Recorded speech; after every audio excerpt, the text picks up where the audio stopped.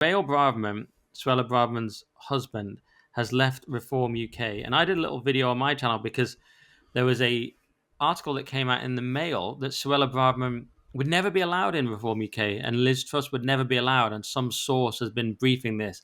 We don't know who it is.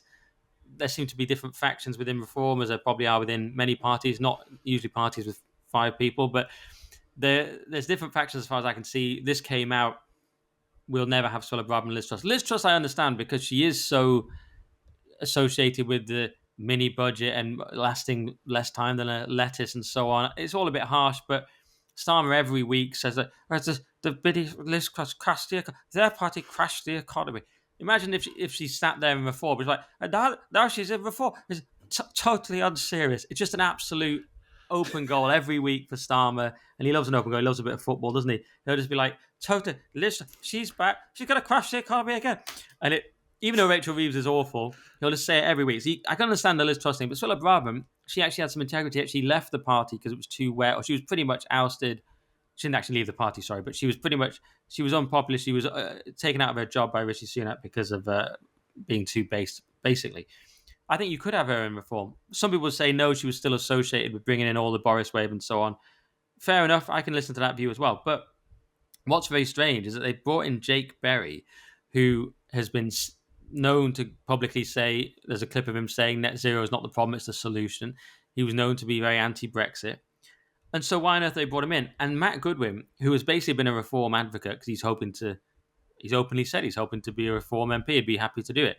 So he's been very, very pro-reform over the whole Rupert Lowe thing and all this. He's been running cover for reform. That's fine. He believed in it. But now even he is saying this is insane. Why are we having people like Jake Berry in the party? And he explicitly said that. He even said, I do not see how reform could take somebody like Jake Berry, who has consistently backed net zero madness, but not take somebody like Suella Braverman, who has consistently called to defend our borders and end mass migration. So that was a tweet he put out. Then he put out a whole Substack article about this.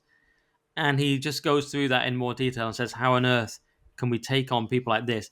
And he points out that you're at this stage in a populist revolt where you're the new thing, you emerge, everyone's excited, you gain momentum. But in that second stage, the consolidation stage, things get a lot harder. At this stage, the populist revolt has to achieve a number of other things. It has to build a coherent ideology or set of guiding principles. It has to attract people who are not only experienced but ideologically unified and who want the same thing.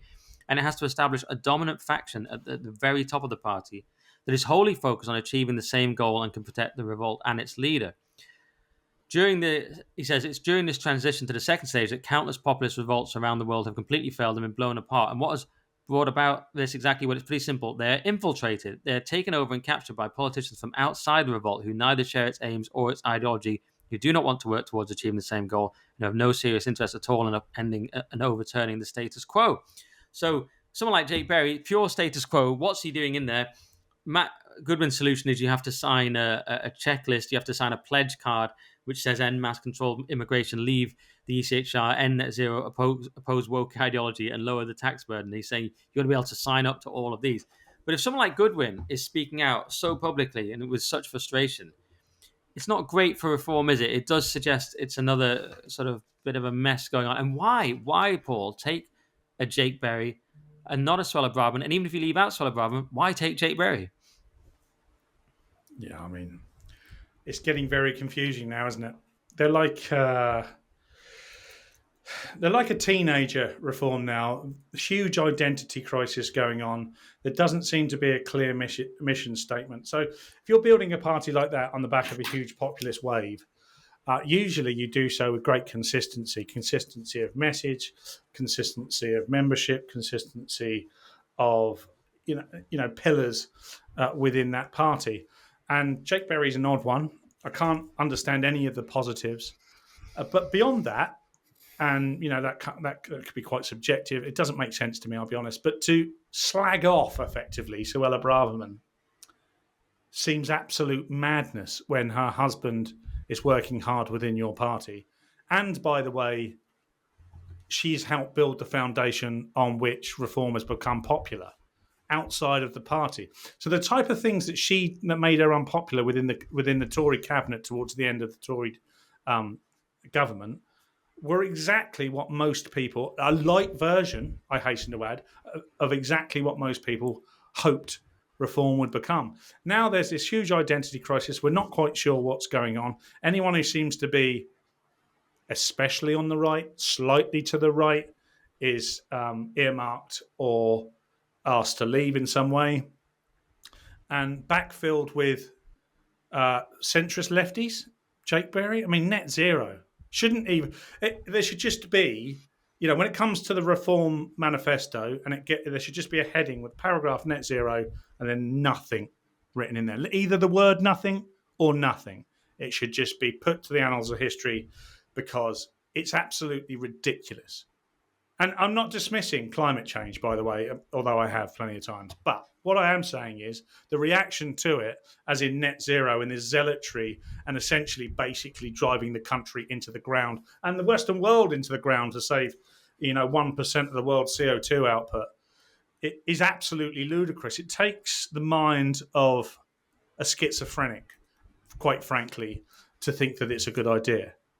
It makes no sense whatsoever. You're harming one half of yourself with the other half. It makes no sense whatsoever. So to include that within reform, when I would bet good money, upwards of £10, I would bet, that nobody within the reform-based membership give two shits about net zero, and then to bring someone in who has a history of being a zealot on that basis seems to me a huge misstep, but almost questioning on an intellectual basis.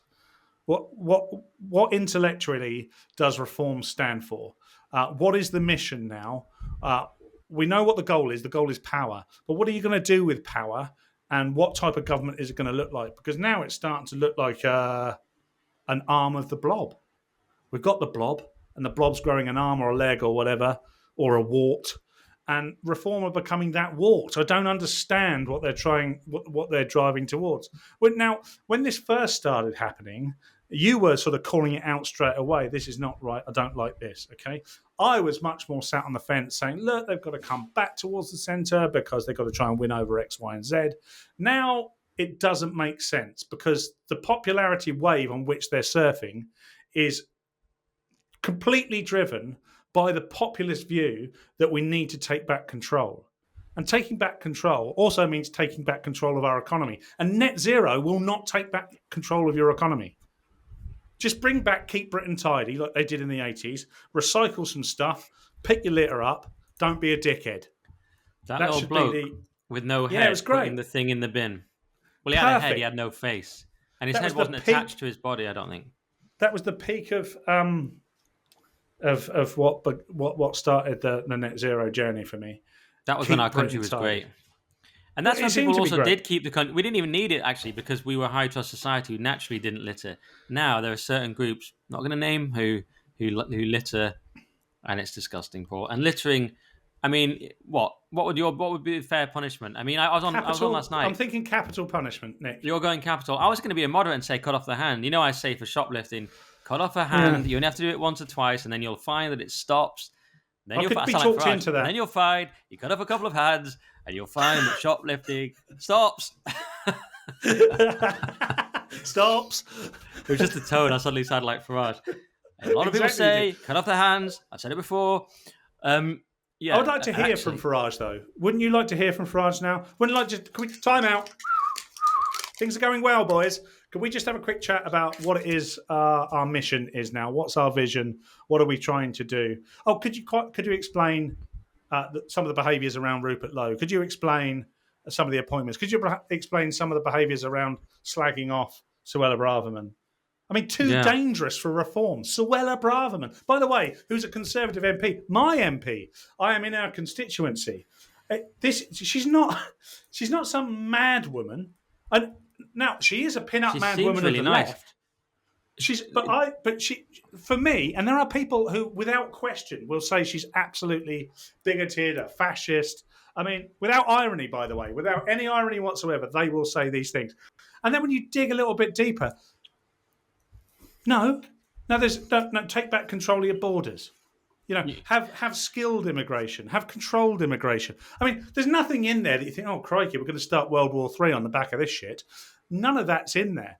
It's one of these kind of movements which, for whatever reason, has gathered pace. And maybe the optics around her in the past look bad. But I'll say it again. It's the foundation. She laid the foundation on which the Reform Party has become popular. They were very popular, those policies that never were enacted in any way, shape, or form within the Tory cabinet in the previous government. But they were very popular among the base within Reform, and the sort of thing they would have been interested in. And in my constituency of Waterlooville and Fareham, where she is the MP, I know, because I know a number of members, Reform members here, she is incredibly popular amongst them. She speaks. There is no Reform councillor in this constituency. I don't think there's quite a there's a foundation base for Reform. There's a Tory MP, but there is definitely she would become Reform MP. End of chat. If she stood for Reform in the next general election, if on her policies right now.